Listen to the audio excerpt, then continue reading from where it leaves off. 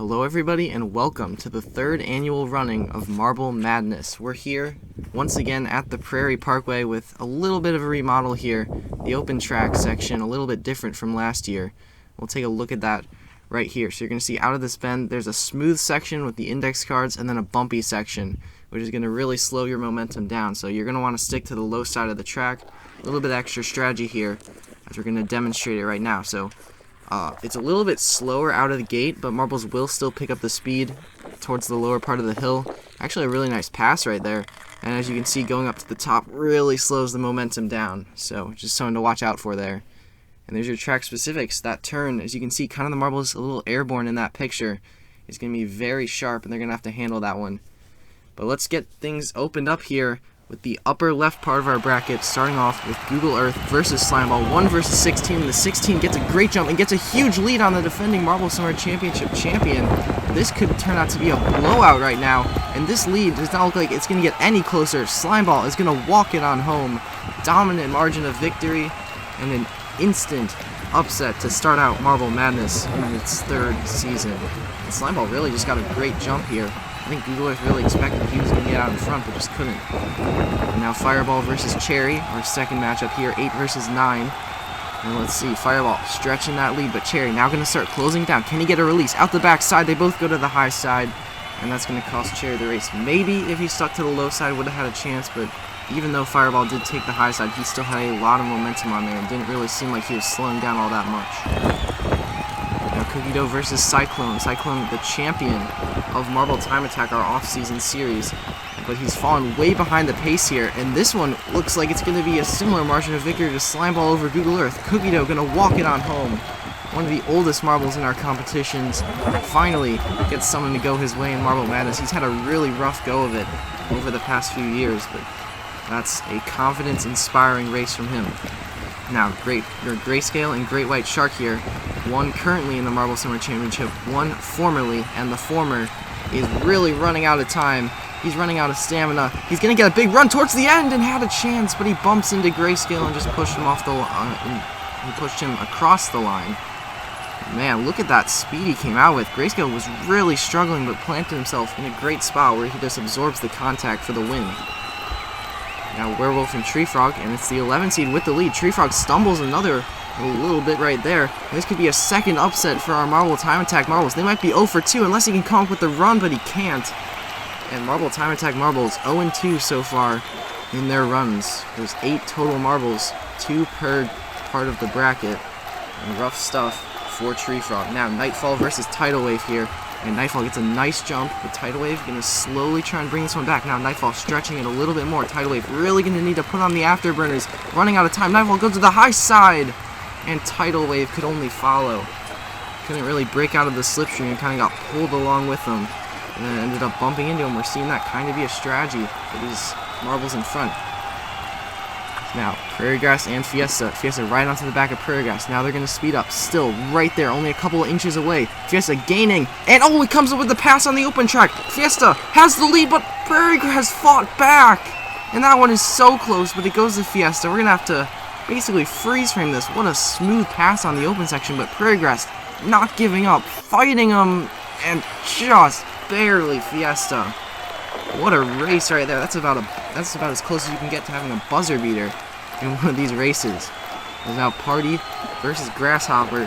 Party, the 2 seed, is getting hounded by Grasshopper, who's not giving up, trying to find the way through, but Party with some textbook defense right there, just blocking every single move he tries to make on the open section. He goes high, Party goes high, he goes low, Party goes low, and gets the block in the end to propel him across the line. So, a couple of upsets, I think 3 total out of the opening group. Now we go to the lower left part of the bracket. We're going to be kicking things off with Wasps versus Minty. And this is a matchup with the runner-up of last season's Marble Summer Championship, with another one of those marbles who's really never had success in the competitions, and this is the kind of margin of victory you would expect to see from a 1 versus 16. This one, not even in his zip code, the Wasp is going to come across with a dominant win, and Minty is not even going to finish the race right on the edge. I mean, that's just a little bit of pride taking a little bit of a blow right there.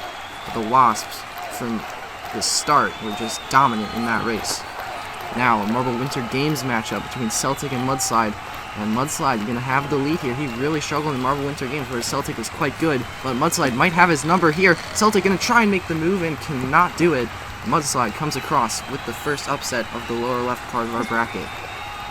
It seems once again like there's an opportunity coming out of that turn for these marbles behind to get a lead. They just can't do it.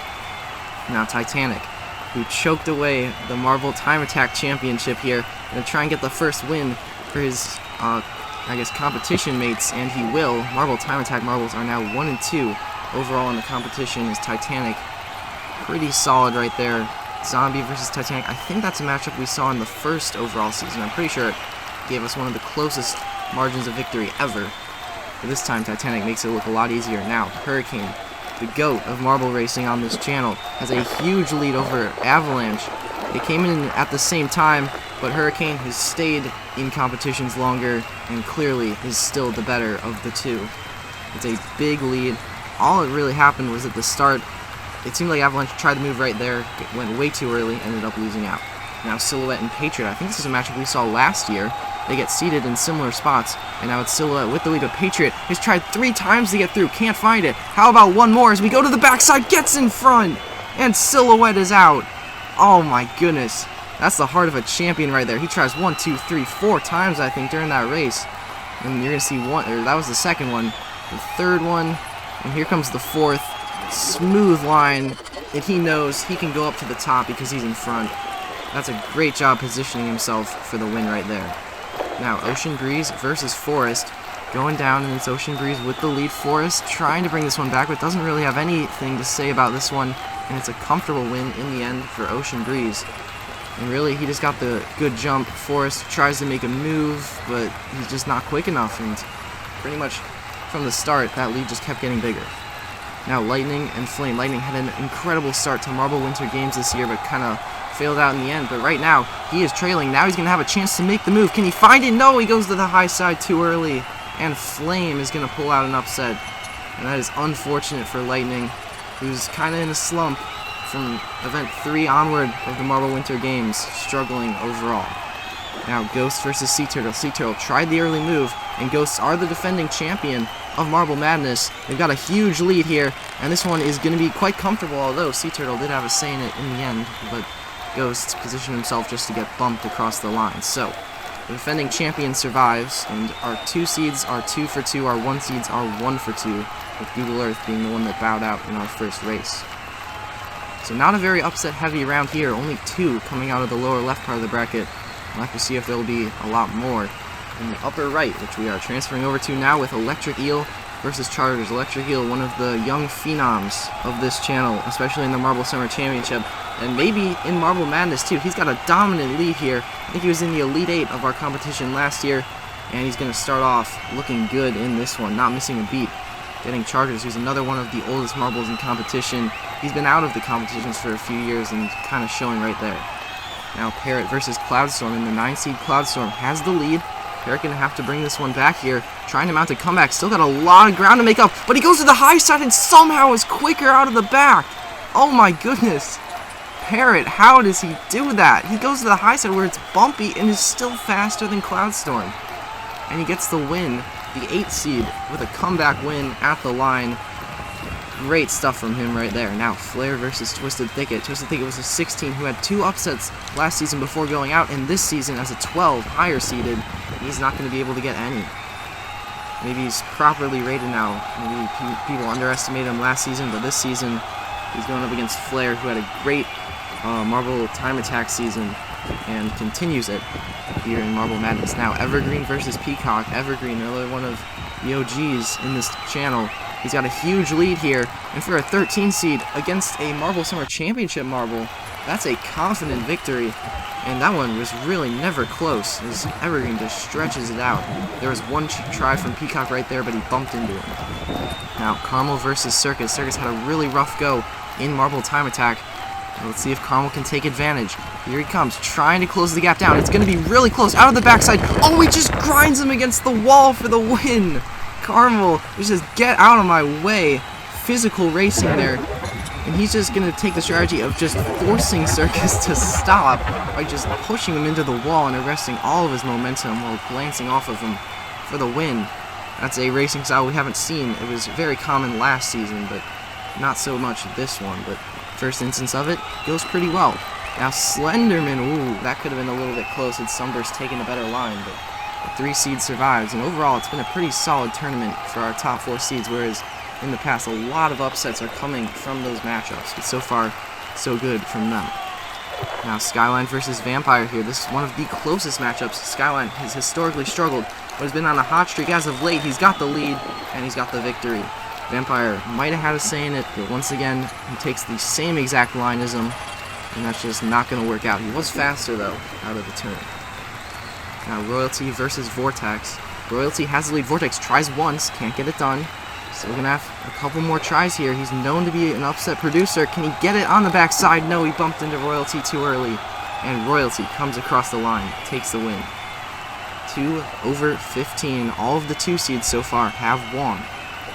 So pretty solid for them. I'm pretty sure all of the 3 seeds have also won. And then I think the 4 seeds, I think one of them has lost so far. And then 1 seed has lost. So overall, pretty solid, as I mentioned, for the top 4 seeds. And in this one, we got a lot of upsets towards the end of that. And now our final group of 16, the lower right part of the bracket here. Before that, here's a little POV shot of what these marbles are going through. How fast and how long this orange track really is. They go, and then look at the violence of this turn here. They can crash out just like that at the end. It really is super fast here, and if they're going to get physical, that's the point to do it. Now, Banana Split versus Pineapple. Pineapple was a 16 last year.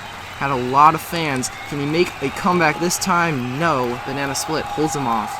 And the 1 seeds go 3 for 4 on the day. So 3 of them into the round of 32. Pineapple going home early. Now, Inferno versus Candy Pop.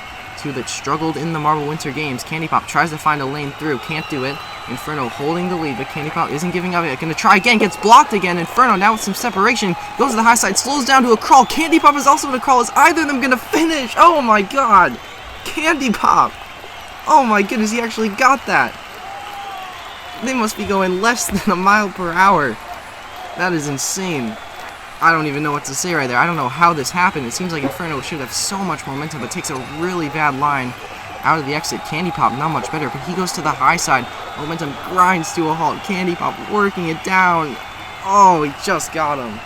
That's about as close as it's gonna get.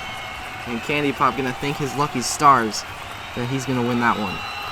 Now Supernova versus Blue Moon. Supernova, another fan favorite from Marble Time Attack. He's got the lead. Blue Moon tried to find the way and couldn't get it. So after the first 2, and then outside of Circus, the Marble Time Attack marbles have kind of calmed down and really felt well in their element on these tracks. Now Goldfish versus Atlantis, and Goldfish, the 13, has the lead. Atlantis was really outclassed in the Marble Summer Championship last season. He seems to be outclassed in Marble Madness. Gonna have a go and won't get him.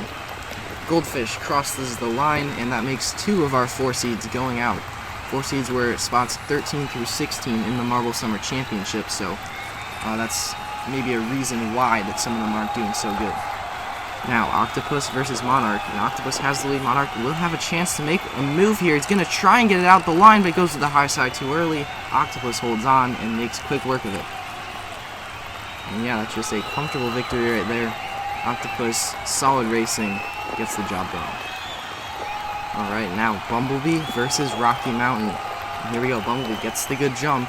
Rocky Mountain not going to give up here. He's keeping it fairly close, and now when they accelerate, he's got a chance to bring this one back. Look at the gap, decreasing ever so slowly. Going to try and find the move, but Bumblebee with some great defense right there. Physical racing from Rocky Mountain, but just could not find the way through. That's an experienced race run by Bumblebee right there. Look at this, trying so hard and just mirroring his every move. Now Demon's Eye actually gets a nice jump.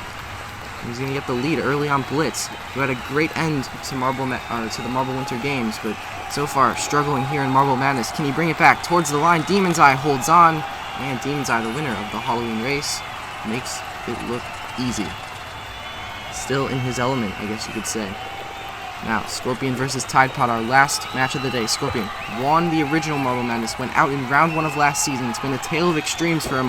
Which one is it going to be here on the final race? He's trailing, trying to make the move at the last second. He won't get it! Anything goes in March, and Tide Pod takes down Scorpion to end the day. And finally, a 2 seed goes down. Scorpion is out. He's won Marble Madness once and gone down in round 2 twice. And that is just chaos of this tournament in full effect.